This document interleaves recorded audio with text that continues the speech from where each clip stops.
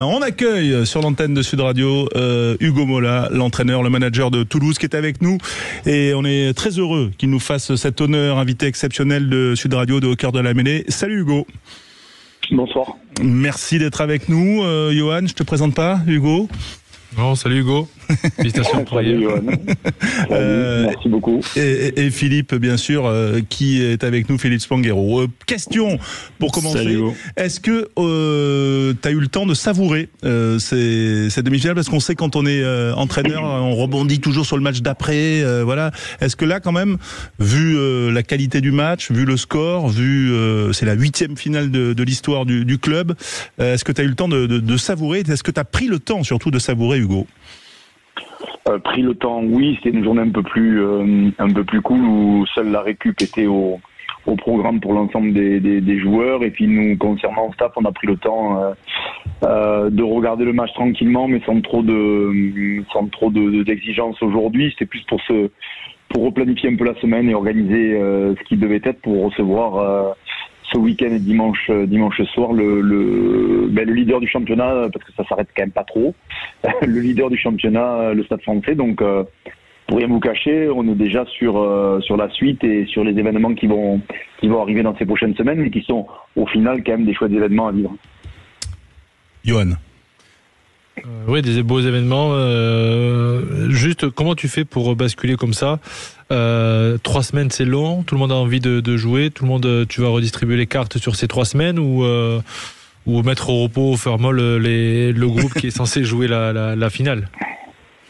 Tu es pas totalement étranger de notre mode de fonctionnement. Donc évidemment, il y a un match pour recevoir le leader du championnat. Donc on a tout intérêt malgré tout pour espérer une qualification dans un premier temps, et pourquoi pas un bon positionnement en fin de championnat pour s'éviter un match de plus au cas où on finirait dans les 2 premiers, de jouer le coup à fond. Donc évidemment qu'on va exposer nombreux des joueurs qui étaient sur le groupe de ce week-end.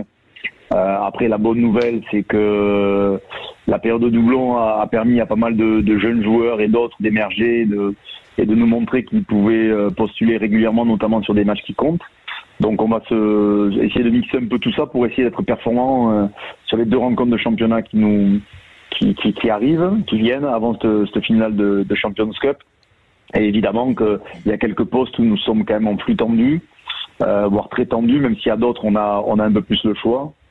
Et donc il faudra qu'on gère évidemment la fraîcheur des uns et des autres, aussi eu égard à leur temps de jeu, à leur exposition. Et j'ai quelques plafonds qui ont complètement explosé en termes de temps de jeu pour certaines, depuis avec la Coupe du Monde, le tournoi et les différentes compétitions. Donc j'ai des garçons qu'il va falloir que je protège un petit peu. Ouais.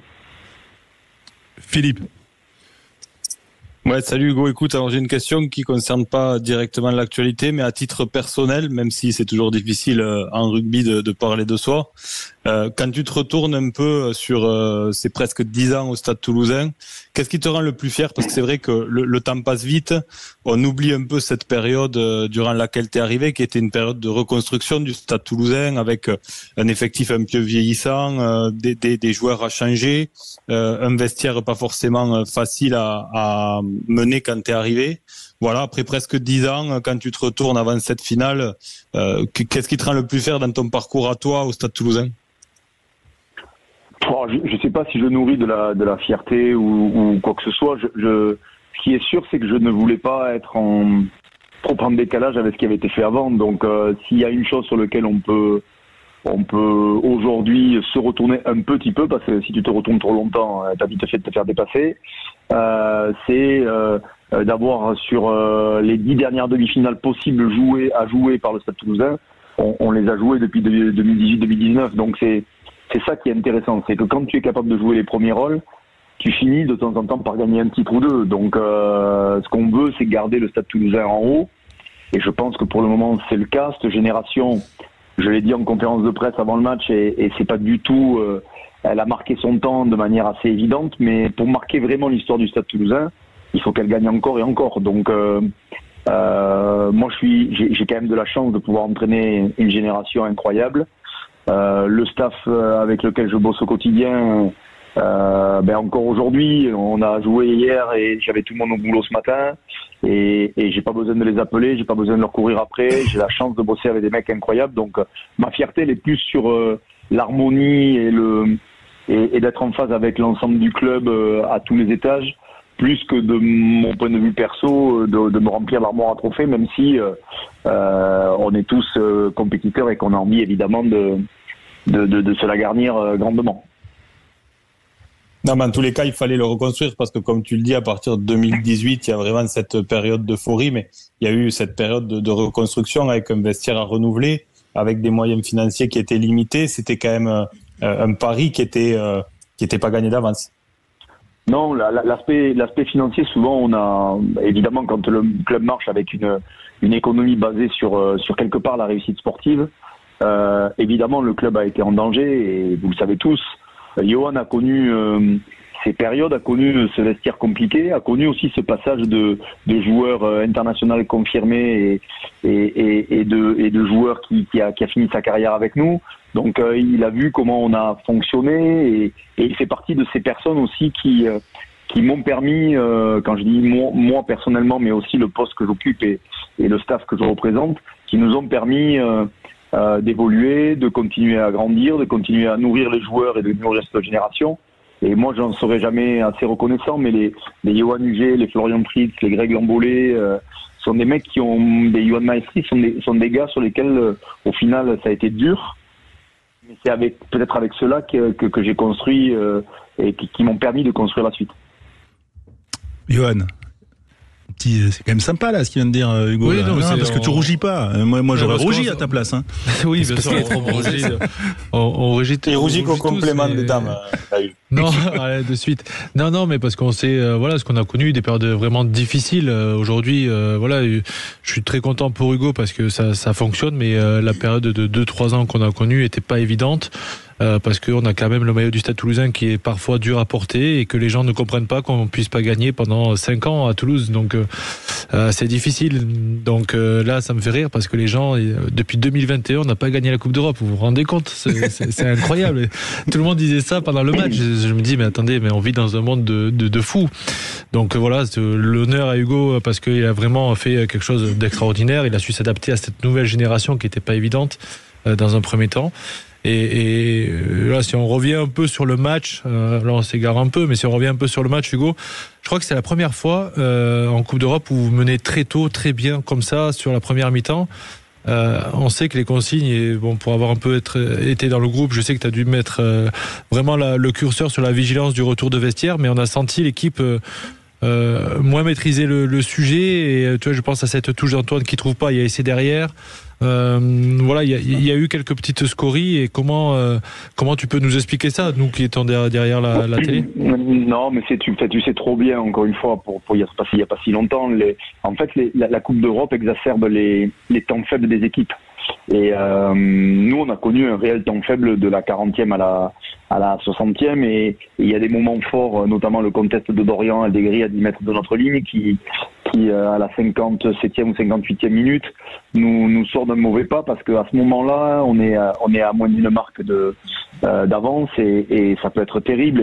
Et c'est vrai que la mi-temps, je pense qu'on a confondu un petit peu occupation, gestion, et on a plus tenu le ballon. Et nous, autant je pense qu'on est capable de faire des choses intéressantes quand on possède ce fameux ballon, mais quand on s'en sépare trop vite et pas forcément toujours de manière adroite, on redevient ordinaire et on se met en danger. Donc face à cette équipe qui honnêtement est incroyable, hein, il y a quand même une génération qu'il va falloir surveiller, parce que il y a beaucoup de jeunes joueurs, si ce n'est Danny Kerr et Joe Marler, mais au Harlequins, c'est une très jeune génération, et au regard de ce qu'ils font au championnat et des équipes qui sont capables de bouger, de secouer, il va y avoir une génération anglaise qui va quand même piquer dans quelques temps. Donc je crois qu'on a battu un adversaire compliqué dans une demi-finale très ouverte, un peu trop ouverte à mon goût, notamment en deuxième mi-temps. Mais voilà, on a quand même su marquer, on a quand même su tenir notre score, et puis surtout, chose qui nous est arrivée notamment contre le Leinster, on a bénéficié de ce carton jaune en les punissant quasiment dans la seconde qui suivait. Donc le problème n'était pas physique, hein? Il y en a un petit peu. Je pense quand même que le retour de mi-temps, la chaleur, notre déplacement, nous on est aussi, on n'est peut-être pas aussi massif que certaines équipes, mais mais on a quand même une densité qui fait qu'en portant le ballon, parfois on s'épuise. Et puis, encore une fois, 1 ou 2, 3 jeux au pied pas très pertinents, qui nous obligent à beaucoup nous déplacer et qui nous mettent peut-être à ce moment-là un peu dans le rouge, physiquement. Et donc on se retrouve à courir après les Harlequins qui techniquement, sur la vitesse de leur rugby, ils sont quand même assez impressionnants. C'était incroyable. Hugo, tu disais après le match, on a voulu plus gérer que jouer, on ne sait pas faire. Est-ce que ça veut dire qu'en finale, il faudra jouer face au Leinster ? En tout cas, il faudra, lors de tes possessions, être en mesure de pouvoir marquer. Parce que quand eux l'ont, le ballon, autant vous dire que tu peux courir après pendant de longs moments et de longues séquences. Je crois que sur le match, le truc qui est assez hallucinant sur le match contre Northampton, c'est ils ont fait quasiment 250 passes et presque 40 coups de pied. Donc c'est pour vous dire que l'un ne limite pas l'autre et que dans tous les cas, quand ils décident d'attaquer, c'est des longues séances. Donc et des longues séquences. Donc à nous de nous préparer à ça. Ce que je sais, c'est que je sais rien.